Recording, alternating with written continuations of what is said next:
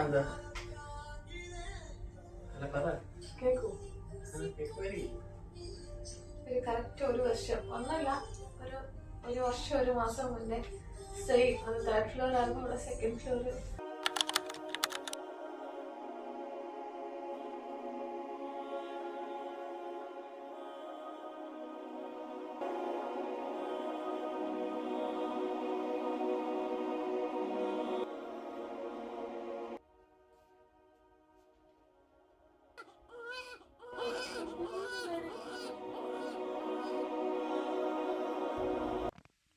നമ്മൾ രാവിലെ അല്ല, ഇവിടെ ഉച്ചയായി.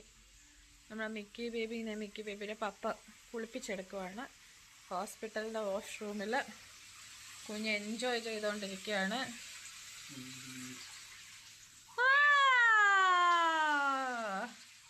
ആരാ ഇത്? വീച്ചിച്ചൊത്താണോ? ഓ,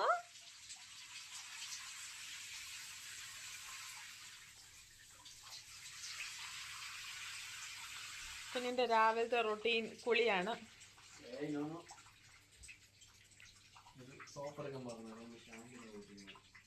നമ്മളെ പെട്ടെന്ന് വന്നേ കൊണ്ട് സോപ്പൊന്നും എടുക്കാതെ വന്നേ, അതുകൊണ്ട് ഷാമ്പു ഇട്ടും കുളിപ്പിക്കുകയാണ് കുഞ്ഞിനെ.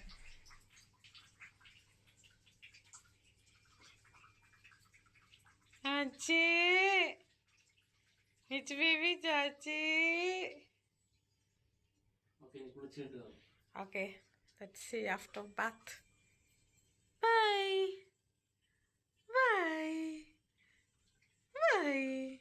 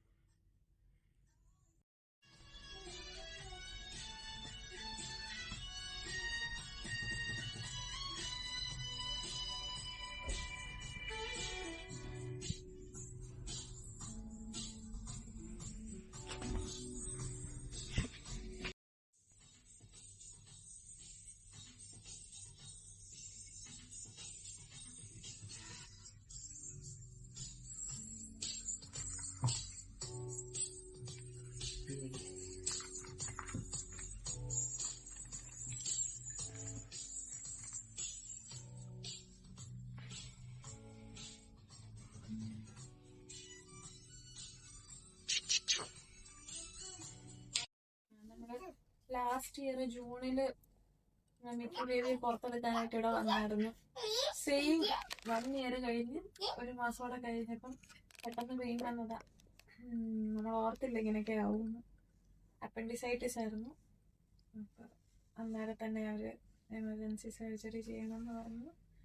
സർജറി ഇന്നലെയായിരുന്നു 11 മണിക്ക് ജനറൽ അനസ്തീഷ്യയില്. അതുകൊണ്ടാണ് മയക്കൊക്കെ വിട്ട് മാറാൻ ഇച്ചിരി സമയമെടുത്തു. ഇപ്പോൾ ഓക്കെയാ.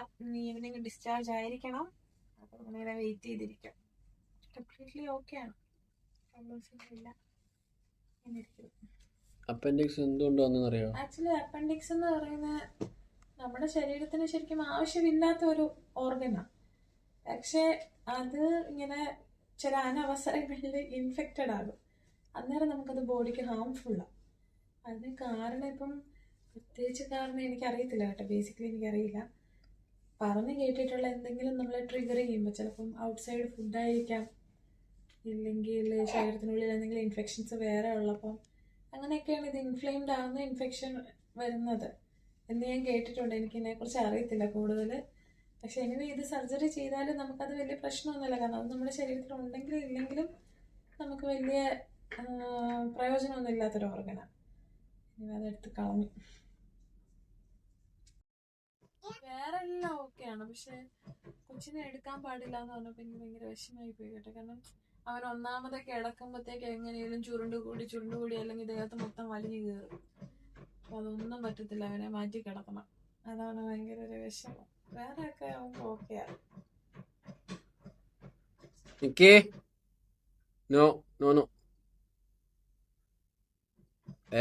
അമ്മേനെ പൊന്നുവാണോ?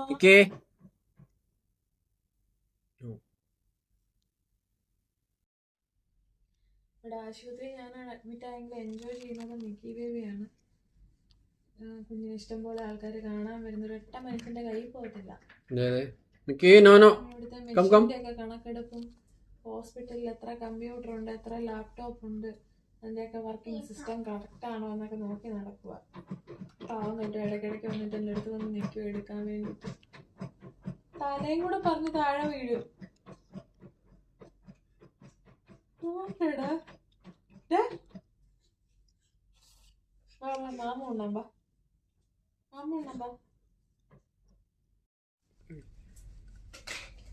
നമുക്ക് പോസ്റ്റ് സർജിക്കല് ഓർഡേഴ്സ് തന്നിട്ടുണ്ട്. അതിനകത്ത് no oil, no fried food, പിന്നെ പിന്നെന്താ, no butter, no cheese, only vegetarian food with small frequent diet. അങ്ങനെയാണ് നമുക്ക് ഇൻസ്ട്രക്ഷൻ തന്നിരിക്കുന്നത്. പിന്നെ 2 ആഴ്ചത്തേക്ക് no weight lifting, no gym, no dance, അങ്ങനെ എല്ലാം മൈൽഡ് ആക്ടിവിറ്റീസ്. ബിക്കോസ് ലാപ്രോസ്കോപ്പി ആണെങ്കിൽ കംപ്ലീറ്റ് റെസ്റ്റ്. സോ ഒരു 14 ഡേയ്സിലേക്ക് സിക്ക് ലീവിലായിരിക്കും, വീട്ടിലിരിക്കും. എനിക്ക് ഈ ബേബിയുടെ കൂടെ അവനെ എടുക്കാൻ പറ്റത്തില്ല, പക്ഷെ ഓക്കെ, വേറെ കുഴപ്പങ്ങളൊന്നുമില്ല. ഹലോ ഗൈസ്, നമ്മുടെ ലഞ്ച് എത്തിയിട്ടുണ്ട്. നമുക്ക് ട്രൈ ചെയ്ത് നോക്കാം. വെള്ളം, ഫ്രൂട്ട്സ്, കട്ട് ഫ്രൂട്ട്സ്, എന്താ ആപ്പിളാണോ? ആപ്പിൾ. ബനാന സ്മൂത്തി പറഞ്ഞു, പക്ഷേ ബനാന ഇല്ല, പാൽ കുടിക്കാൻ പറ്റാത്തതുകൊണ്ട് ഇത് പിന്നെ നമ്മുടെയാണ്. ഇതെന്തുവാ? Mashed potato, mushroom stir fry, kichadi. ഇത് സൂപ്പല്ലേ? അത് വെജ് സൂപ്പ്. കഴിച്ചിട്ട് കാണാം. കാരണം മിക്കി ബേബിക്കും കൂടെ ഫുഡ് കൊടുക്കണം, so it's A task.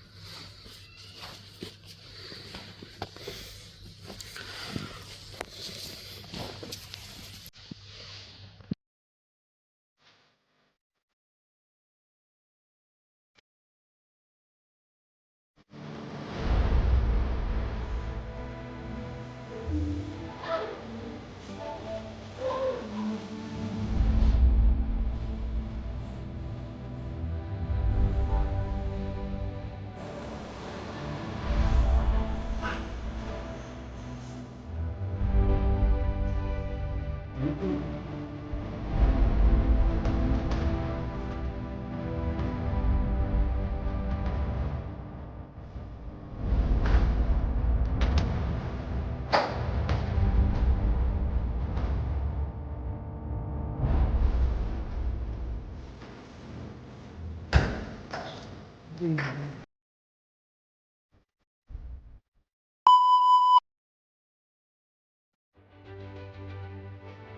come, come, come.